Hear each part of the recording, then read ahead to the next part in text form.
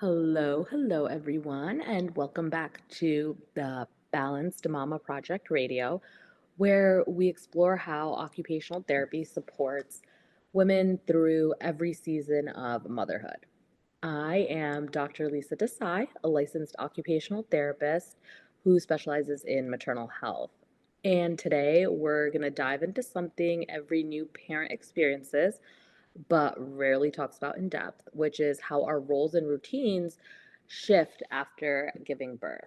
So go ahead, grab a blanket, stay warm, grab a cup of coffee, tea, or your favorite drink, and let's get into it. So, whether you're a new mom, a returning parent, or a professional supporting postpartum families, today's episode will help you understand what's really happening beneath the surface of daily life in the fourth trimester and beyond. So, we're going to start by talking about roles. When most people think of a role, they think of like an actor, different parts they play, things like that. In occupational therapy language, roles are the parts we play in life. So it's kind of like acting, but this is our everyday real life. So, for example, my role one would be a mother, a partner, a daughter, a sister, a cousin, a employee, and those are just like a few that I could name. There's also um, you could be a son, a caregiver, a community member, and now I, along with some of you who are listening, can add parent to our list of roles as well.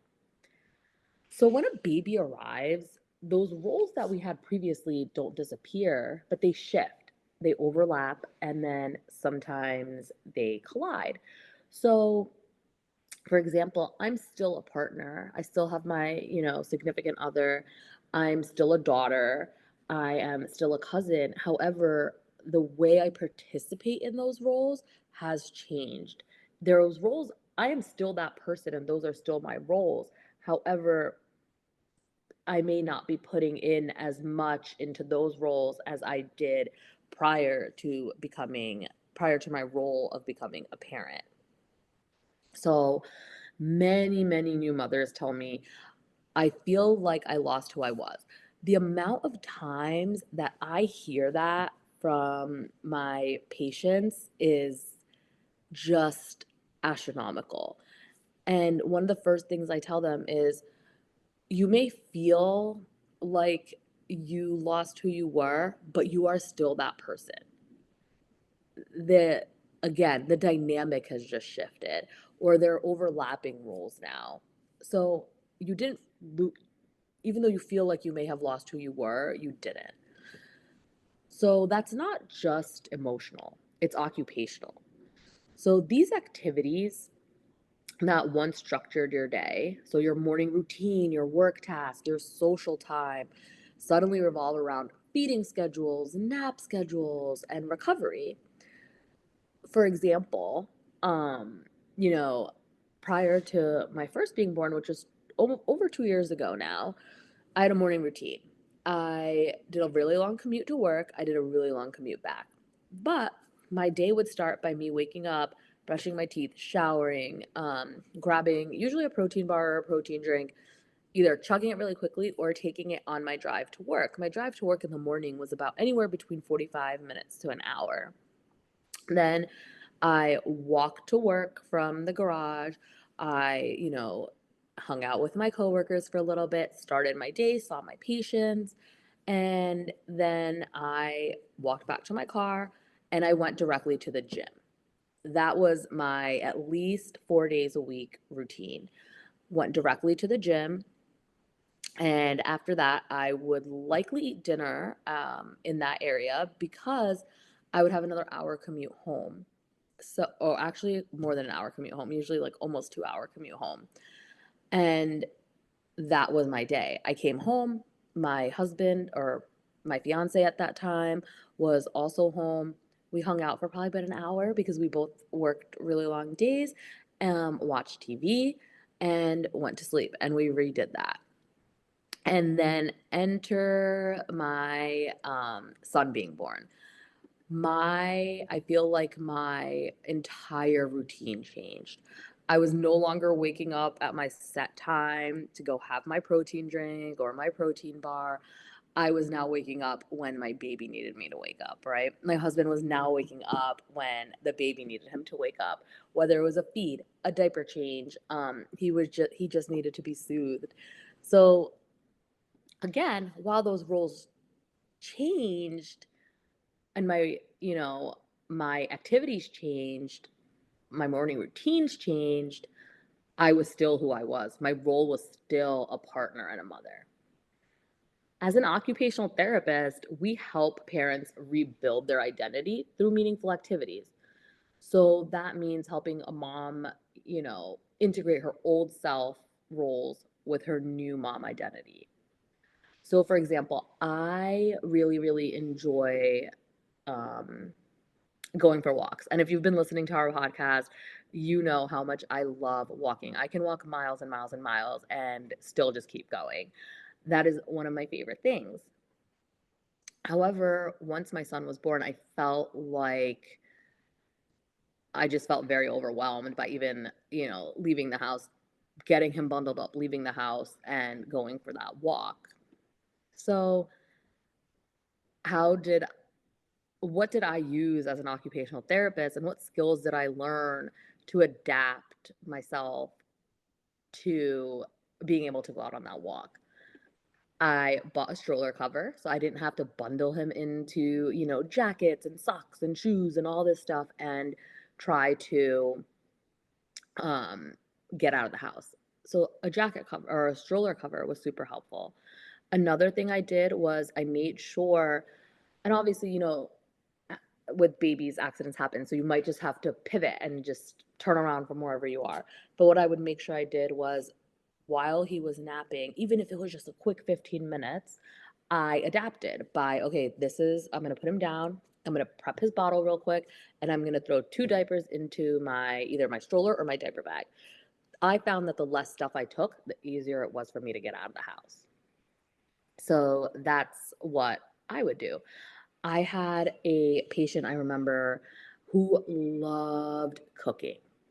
And once she had that baby, postpartum, she just felt so overwhelmed with, you know, meal prepping because you don't have the time that you had before. You have another human being you're taking care of. So, one of the OT interventions we did that helped her adapt was okay, let's think about maybe using meal kits initially, or let's think about maybe not every meal you need to use a meal kit, but let's think about okay, what's the most difficult meal for you to be able to prep? If it's dinner, let's use a meal prep kit for dinner. And then maybe breakfast, you can do something the night before. Or you can, you know, think about something quick that you can make, or turning it into um, prepping it one-handed using something like the tush baby, or using um, some kind of device to help you be able to be hands-free, a carrier, whether that be, or leaving your baby in a safe and secure area like their bassinet. Those are all things that you can do to help you adapt. Another thing is turning it, if you have a partner, or, I mean, if you have a toddler, or if your partner is into it as well, turning it into like a little family activity or into a bonding moment. I started, I also really like doing dishes, which is very weird. I just really enjoy it. I find this cathartic. So I, with my toddler now, what I do is I bring the learning tower to the sink. He is there. I give him whatever's in the sink he can use, other than obviously sharp objects. So what he'll do is he'll use the cups and pour water between the two cups, pour it into the containers, and that helps with,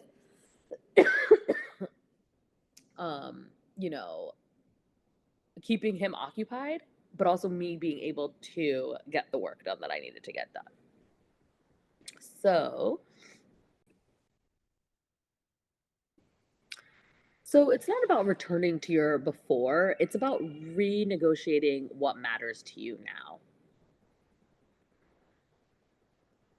So your rhythm of your daily life, um, is which is your routines, is gonna change, and it's we have to learn to adapt to it, right? So routines are our invisible scaffolding. They help us feel safe, efficient, we feel like we're in control. But in that postpartum phase, our routines are often completely disrupted, which is what I was kind of talking a little bit about before. So new parents move from this like predictable adult schedule of this 24-hour cycle that is now driven by infant cues. Your sleep is fragmented, your meals are irregular, you're, you know, you're holding your pee to try to go to the bathroom if your kid is crying. There's just so many things that are changing. Your basic self-care gets postponed. So your 6 a.m. showers might turn into like 1 p.m. showers. Your immediate like waking up and brushing your teeth might turn into waiting like an hour to brush your teeth. So as OTs, we view this not as a failure, but it's just a temporary occupational imbalance. We support families in co creating flexible schedules, functional routines that fit into real life, not Instagram life. So, a lot of times, when you're on social media, Instagram, TikTok, all these things, like you see these new parents who are doing stuff where you're like, why am I still in my clothes from like last night at 1 p.m. and this other mom who just had a baby around the same time as me is running like a marathon and prepping breakfast for her family of like five? I just don't understand how this is all happening. And you might feel like a failure because you're seeing these things on, you know, Instagram and social media, but that's not functional for you, right? So your goal is to be um, creating a functional schedule, a functional routine that fits your real life. So let's talk about some practical, life examples. And these are from patients that I've worked with or friends who've told me about, just things that they've experienced and from my own personal experience as a mom. So your morning routine. So instead of aiming for that up, showered, dressed, and fed by 8, maybe a new goal for you can be, okay, our goal is going to be to eat breakfast by 10 a.m. More of a brunch vibe, right? Even if it's one handed while I'm feeding my baby, I am going to get my nutrition as well. So that can be a new routine that you practice.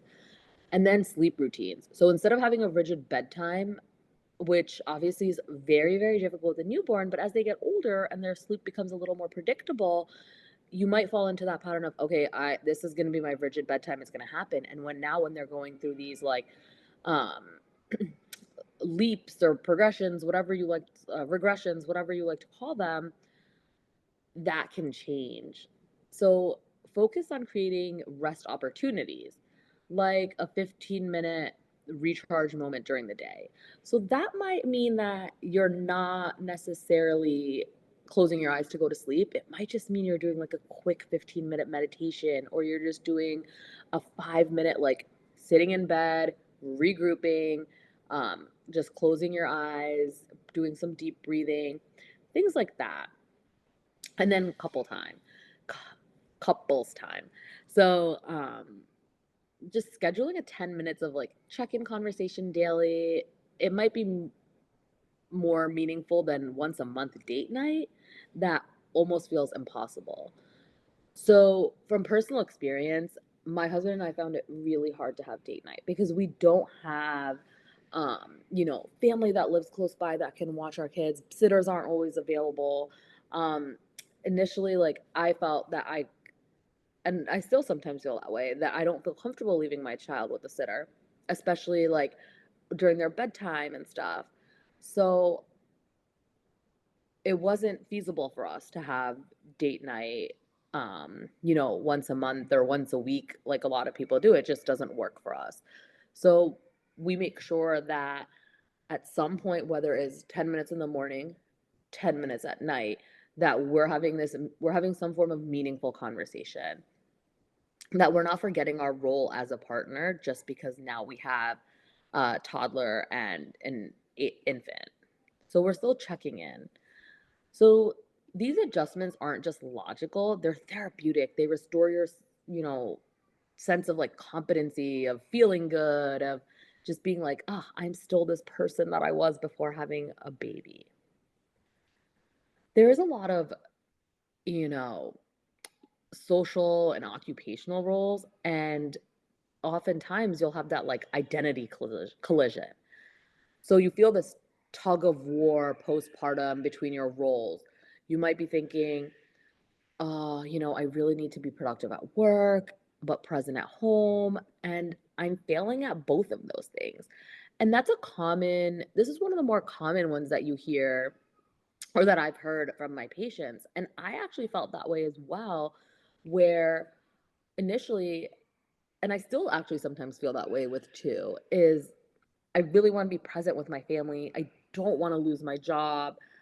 That's also part of my identity, right? But now I feel like I'm not doing enough for either one of those. I feel like I'm really struggling at work to like pay attention, to do my job correctly, and I'm trying the hardest that I can. And I'm also not giving my kids the amount of time that I would love to give them with playing and taking them out and doing all these things that I would love to be doing with them. So let's just normalize this. This is normal. The postpartum period is not a pause before resuming your life. It is life. It's just reorganized now. Those roles, routines, I'm going to keep saying those words, but those are like what we are. They have changed, and that is okay. It's never going to be how it was before the baby because our life, like every day is different. So this is just this is just our life now. It's reorganized and we need to work with it in that way. So, as occupational therapists, we really try and help parents reframe the shift by identifying their core values. So, what matters most right now in this phase of life, in this season? Is it, rest? Is it bonding? Is it your career connections? Are you trying to climb that corporate ladder?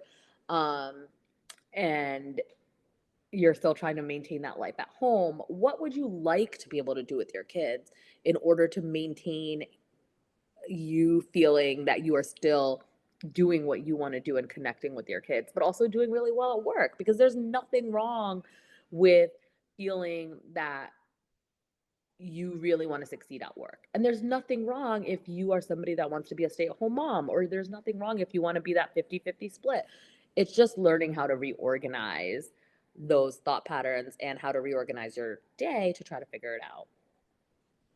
So you also want to prioritize meaningful occupations aligned with those values.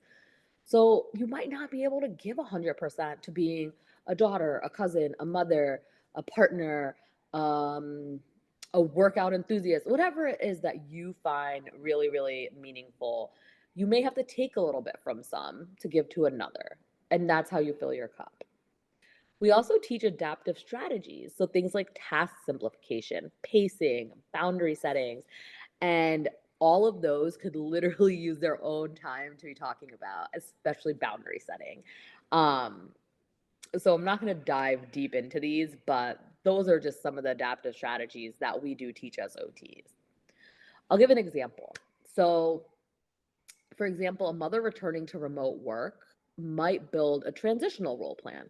So, start part time, use sensory breaks for emotional regulation, and then renegotiate workload expectations. A mother returning to her full-time job now needs to fit in, you know, commuting to work, needs to fit in making sure if they are pumping or breastfeeding, making sure those get done during those, times that you need to have them done. And then also making sure that you're hitting your workload expectations. So those are all things that, before you throw yourself in, those are things that you want to talk about with your supervisor. There are things you want to talk about with your manager, whoever it is that you need to negotiate these things with. Be like, hey, I am coming back. However, I don't feel 100%. And I would like to talk about a few different things with you. And how can we make this beneficial for both you and I while still respecting my role as a parent or as an employee? So when we treat postpartum as a developmental phase and not a detour, we start empowering women to thrive and not just basically survive and get by, because that's not our role as postpartum, right? There's a lot of stuff going on postpartum. Hormones are all over the place. There's just like you physically don't feel the same and you want to be able to thrive. You're not just trying to get by. So those are things that we want to do. And obviously, we can't talk about postpartum routines without talking about partnership and support system. So, families often experience a rebalancing act. So, who's cooking, who's cleaning, who gets up at night? They're not just chores, right? They're shared occupations. So, when we work on redistributing those without communication, resentment builds. One of the things that my husband and I found really helpful are during our first baby, my husband often woke up at night to get him. One, because I never hear them crying. I am like a solid sleeper and I just don't hear. He's like, "You didn't hear the baby crying for like 10 minutes?" And I'm like, "No, I was sleeping." Um, but it was something that we had discussed, right? It was something that he was like, "Okay, well, you're feeding the baby, so you're staying up to do this. I can wake up and go get the baby." Or if the baby was feeding a bottle at night, he would feed the baby a bottle and put him back to sleep. But this was discussed, right? This isn't just something I threw him into, and I wasn't like, "This is your responsibility. You're gonna do it. I want to have nothing to do with this." These are discussed topics. Another thing that often it becomes a source of contention is cooking, because it's a lot of work. It's a lot of work, and we just have to come to terms with that. If that means you guys both hate cooking now because you're both so busy with work and taking care of the baby and you need to order out, right? It's not worth it to be fighting over these things when it's something that has a solution. Or one of the other ways you can do it is um my husband would do breakfast for all of us. So he would cook the breakfast. I would do my own lunch because he was at work, or I was very lucky and had my mom here, and my mother-in-law here who would also prepare the lunch for me while I was either taking care of the baby or if I was back at work, it was ready for me. And now that, you know, it's just me, my husband, and my two kids, dinner is often a source of like, oh, what are we doing? Because our main goal is to make sure our babies are fed, right? So now what we try to do is whoever is done first putting down the baby will start the dinner.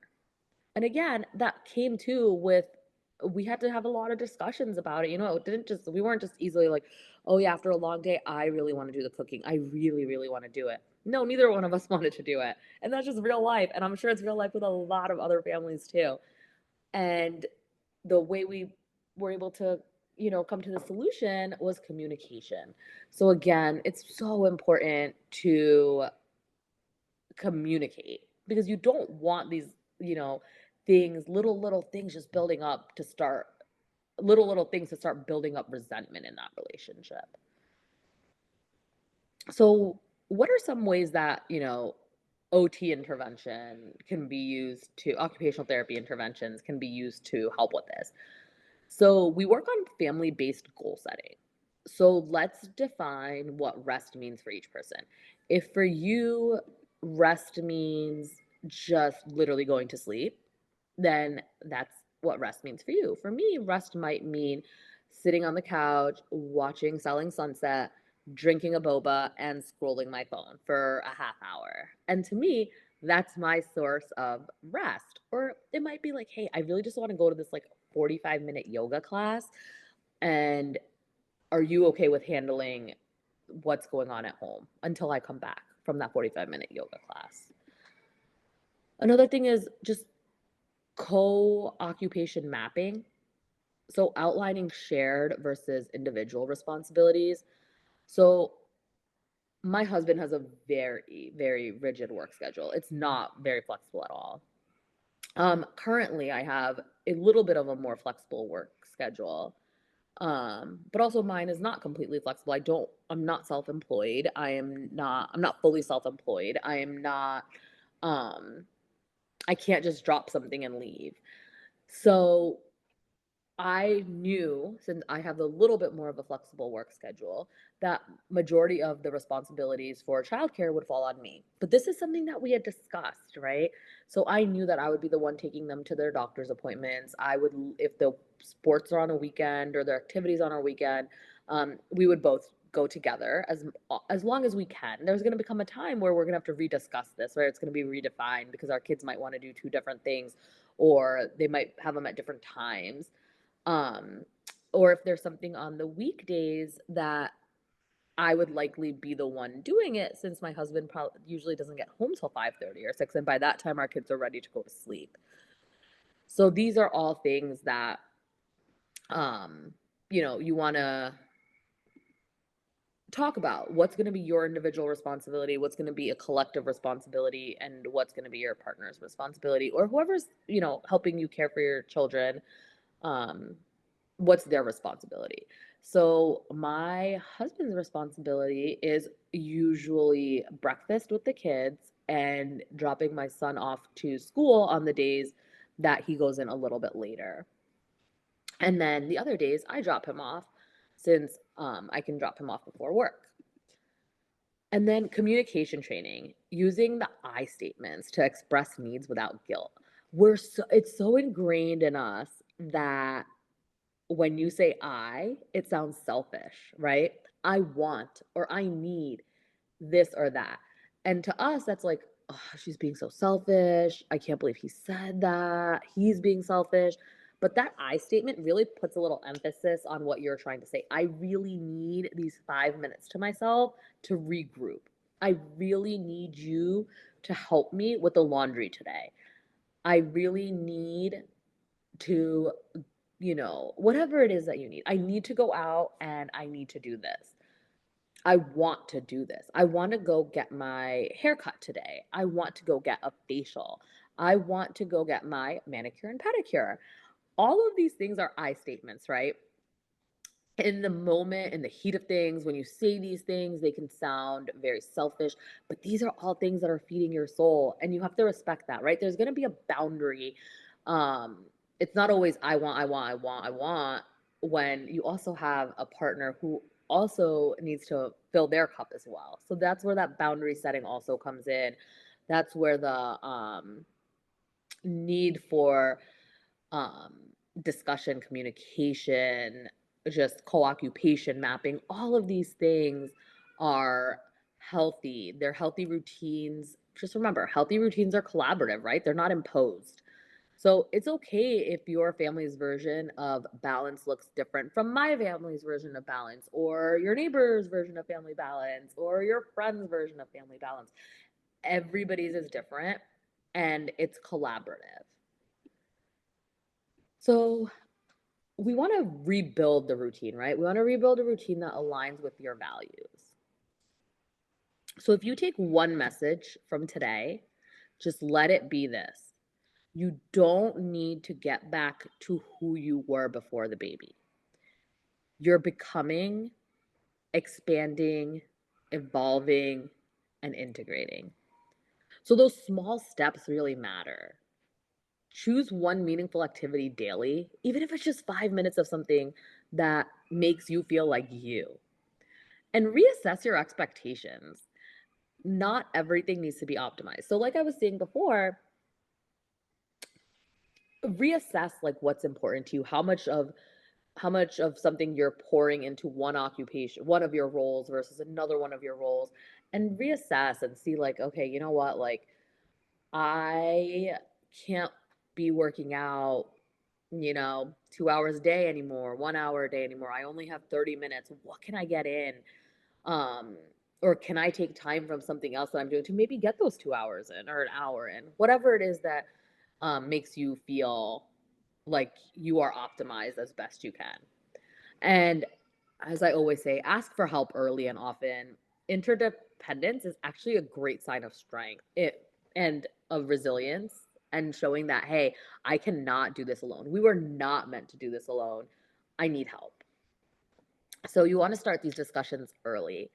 I often tell my patients who come to see me, even before they've had a baby, have you started talking about how these things are going to change? Have you started talking about how um, maybe what you guys were doing before may not work now? Especially when you're a first time mom, it's really hard because you don't know what you're stepping into until you're there.